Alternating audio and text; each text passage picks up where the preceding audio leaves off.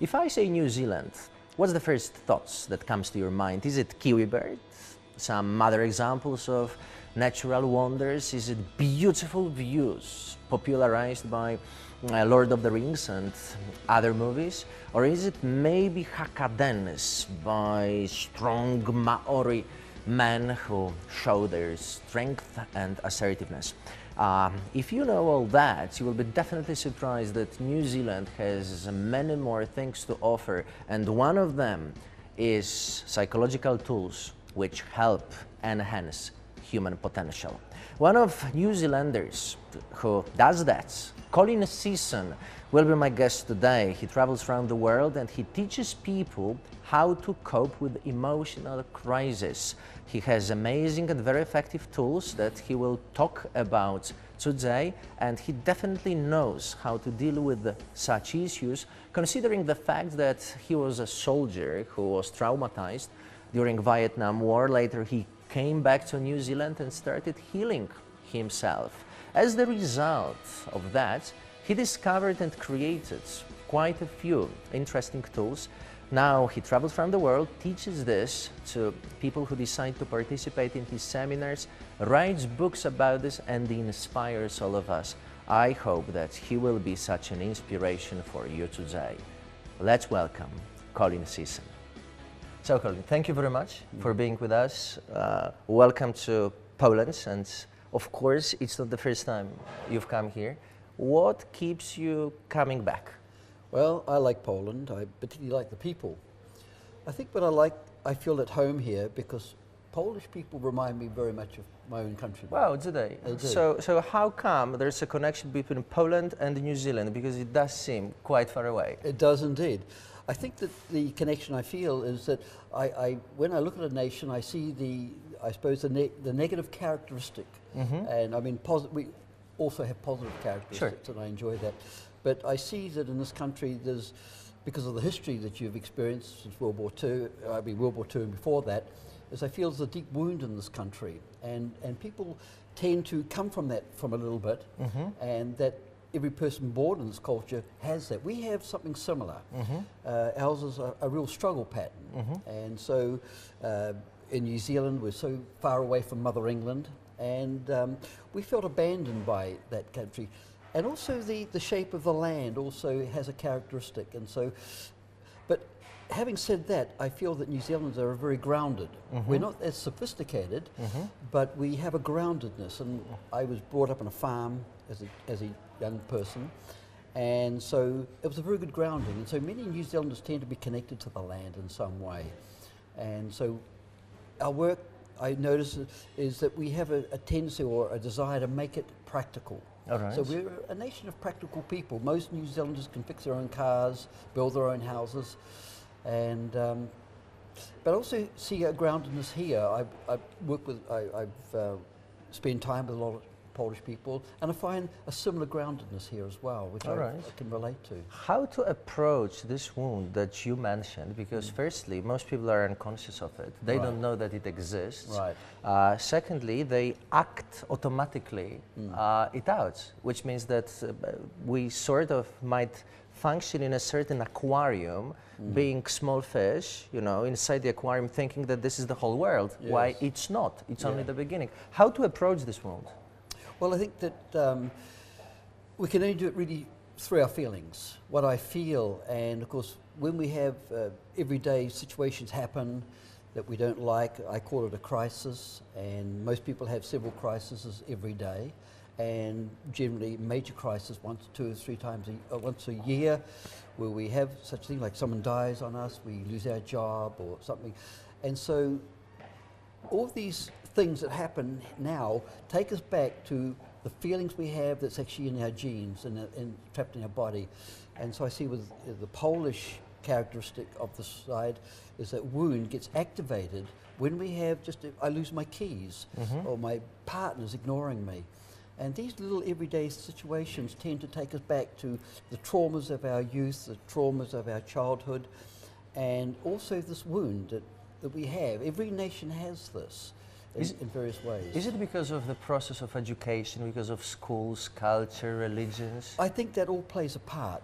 that doesn't actually cause it, but it actually accentuates it, or it highlights it, and or keeps people trapped in that, because often these processes are not conscious, and people tend to be running on automatic. You used the word yourself, that people are not conscious of these wounds, what's happening in their past. And because people tend to live in their heads, live in their thoughts, live in their beliefs, live in their programs. I see this as psychological programs that run people. So while I'm here, I cannot be fully conscious with the rest of me. And people tend to separate their bodies, their emotions from their heads. In the process of social education and upbringing, we as humans are separated from our true selves. We are taught that we are of certain religion, so that we should follow a certain way of living to get gratification later on. We are taught that we come from a certain culture. No child is born American, German, or English or Polish, but later on we are brought up and educated in such a way that a certain cultural cognitive model becomes part of us, and we start identifying with it, thus losing resources which are available in different cultural models. We are brought up by our father and mother, who automatically and unconsciously project certain type of thinking upon us. This thinking doesn't need to be clever, this thinking doesn't need to be effective or functional. They just do this as if they were an automatic pilot, because they don't realize that these mechanisms actually exist. What Colin was suggesting, and what is an important, maybe in certain cases revolutionary concept, is that instead of being separated and identifying with different religions, with different cultures, with different feelings, saying that one feeling is good and another one is bad, embrace everything so that you become a full and complete human being.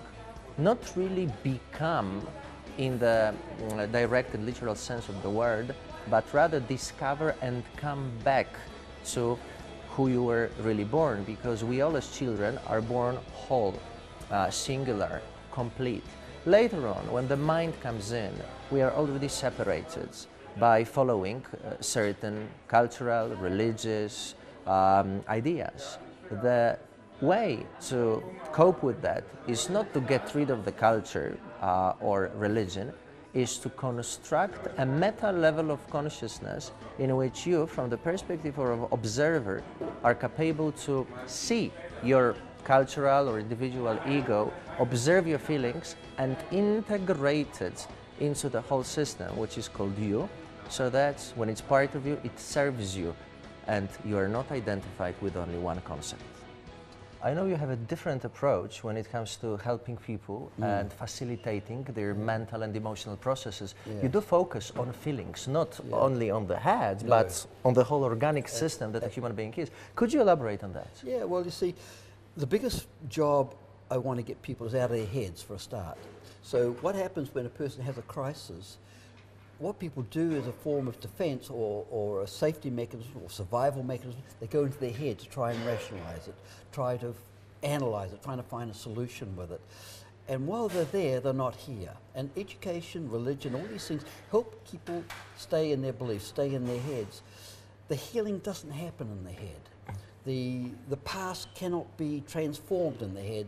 And when people follow a philosophy or some type of techniques that is intellectual, that all they're doing is covering up what's already trapped in their body. So I want to get people out of their heads, into their feelings, and into their body, because this is where the real healing happens.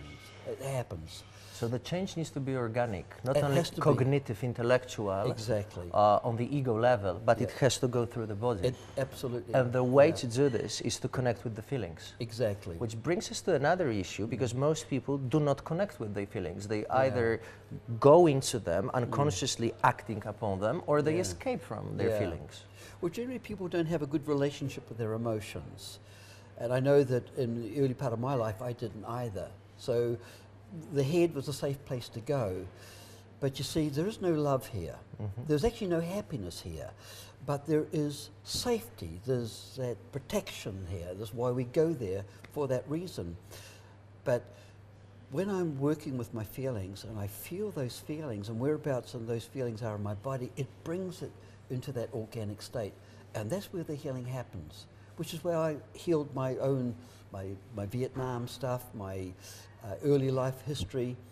Is the only way I could heal myself is I had to go into the feelings, and where in my body, that's where the healing really takes place. So if someone, say, had some sort of a crisis and they know it because they become aware that something is not functioning, which kind of steps would you suggest they should go through to heal themselves? Well, the first step, they need to realize that they actually are in a crisis.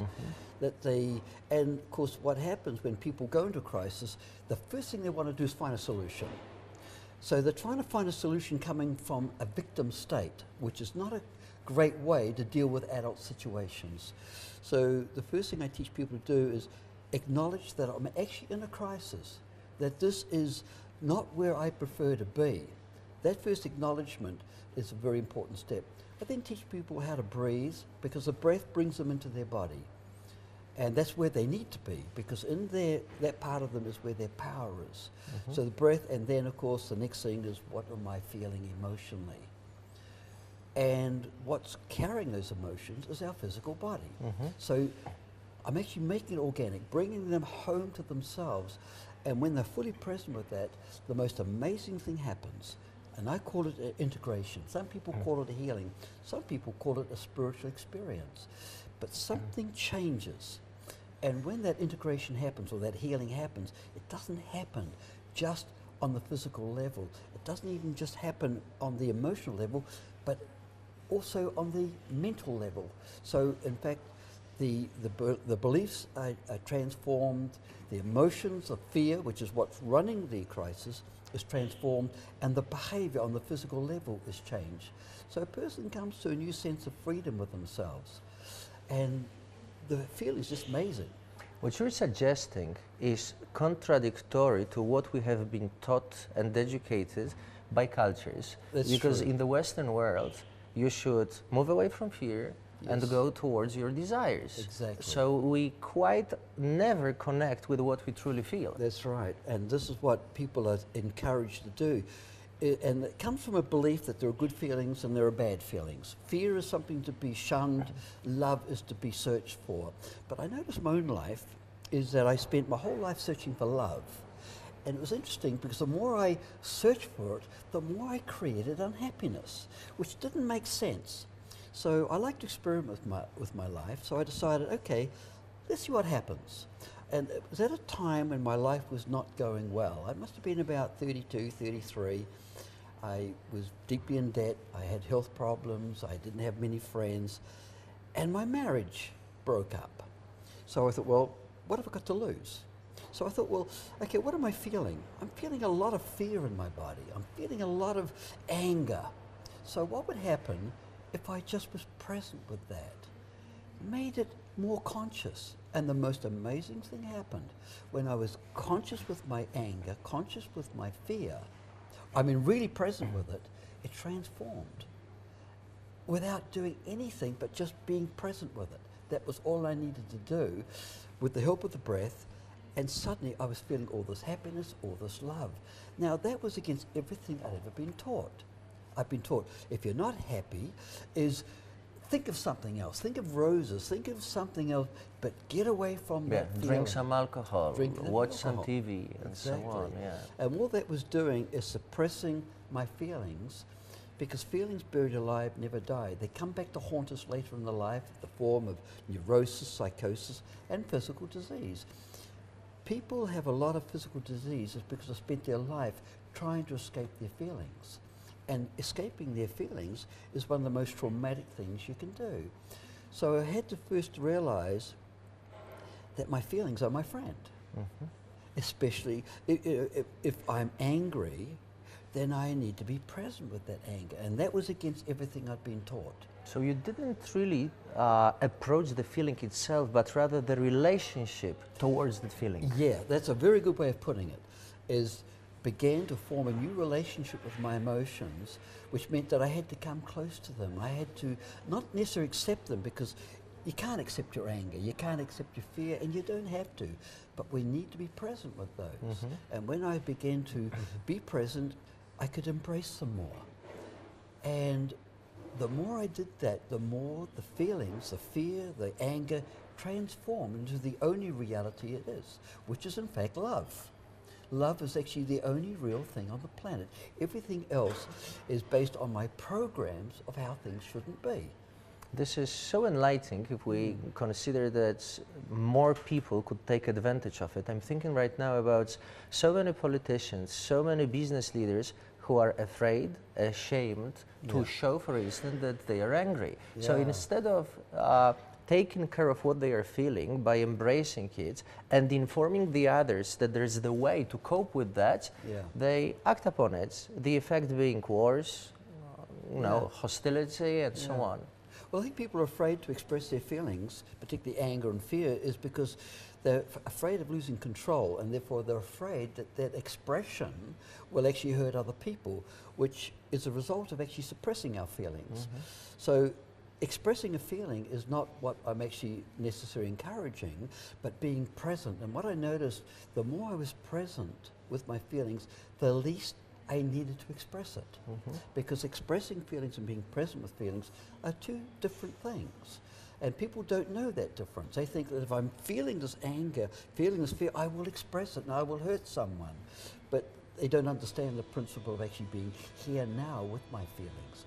And we won't express, we won't hurt anyone, or least of all ourselves. So, here's a short takeaway for you.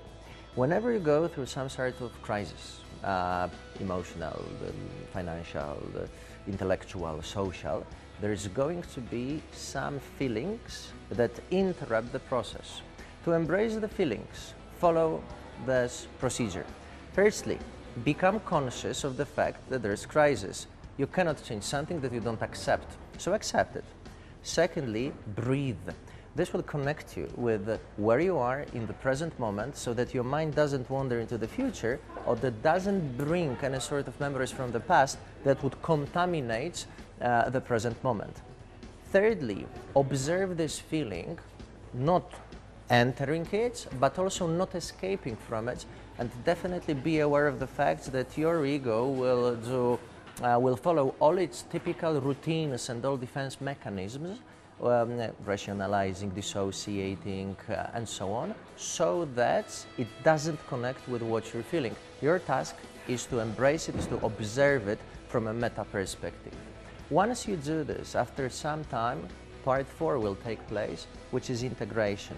This feeling will become part of you, and the shadow part, which you were afraid of and which you were fighting with, will dissolve, and the feeling will be there, so that the next time the same type of situation takes place, you will not react to it, but you will intelligently respond.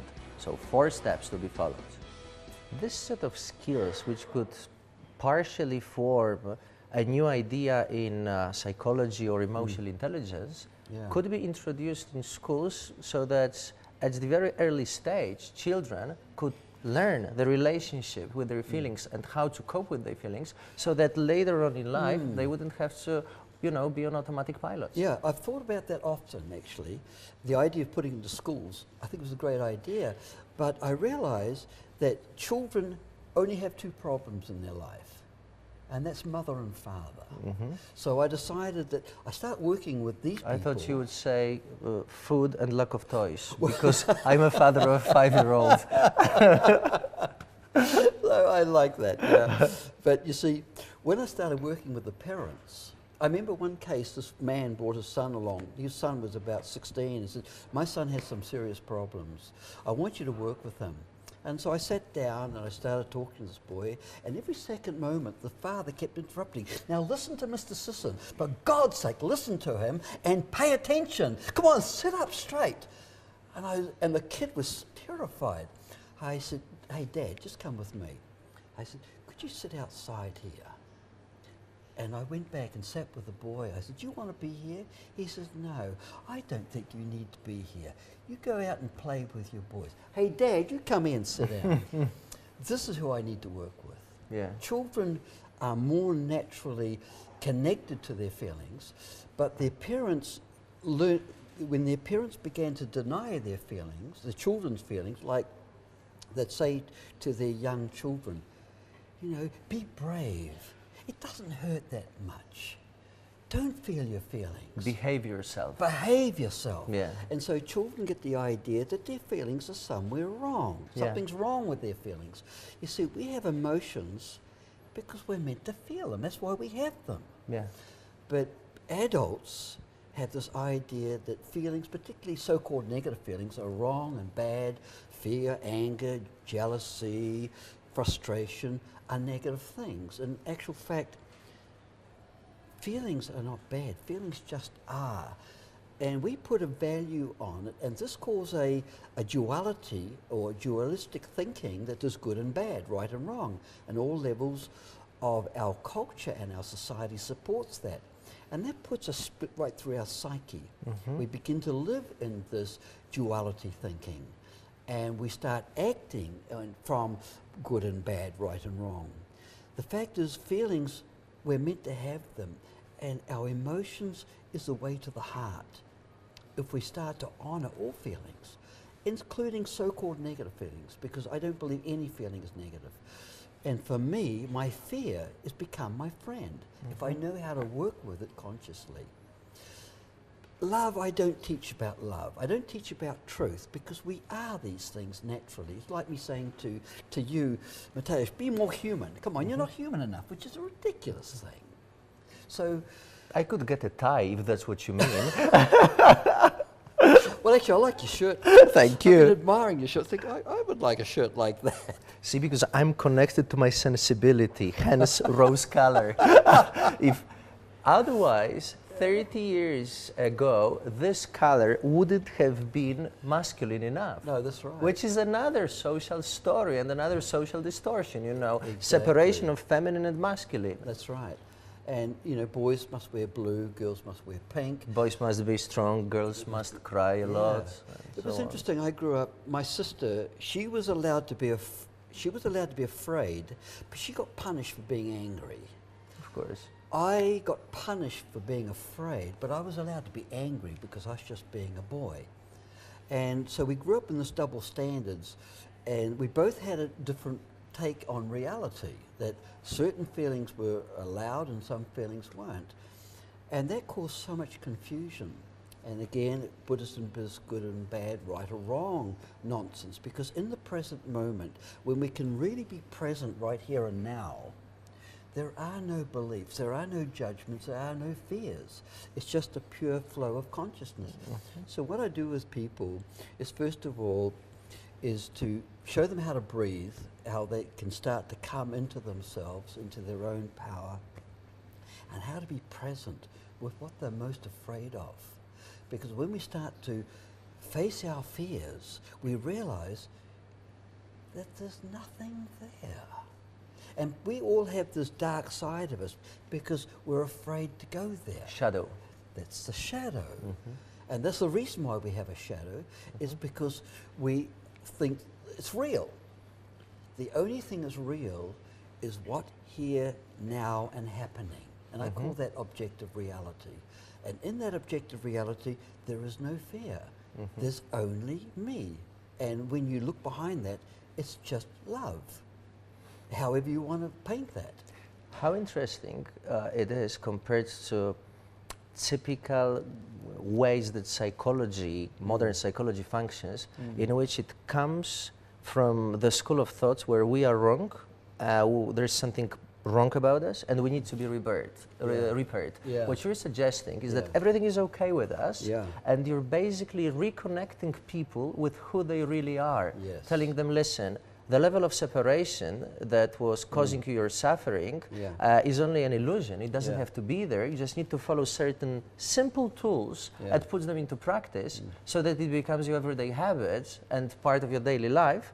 And this way, you can reconnect with who you really are. I couldn't have said that better if I'd thought of that for 10 years. That's beautiful what you just said. Thank you very much. I've been preparing myself for 12 years for this interview, and this is why I was able to quote it in such a beautiful way. You're doing a fantastic job, Colin. Please come back here more often so that we can take advantage of your amazing knowledge and get integrated with the positive parts of our national wounds, so that we become better human beings and serve the world, so that it becomes a better place. Thank you Pleasure. so much. Thank you very much. Thank you. That was great. Ladies and gentlemen, who are all supporters of personal developments and want to become better and more clever when it comes to emotional, social, financial intelligence, if you haven't done that already, please subscribe this channel by clicking here and now, so that we can update you by sending you information whenever we've got some new bits and pieces and useful and valuable, hopefully for you, information on this channel. Also, if you liked it, please inform your friends and share this and leave your comments, so that we know by getting your feedback that we are on the right track. Thank you very much. See you the next time.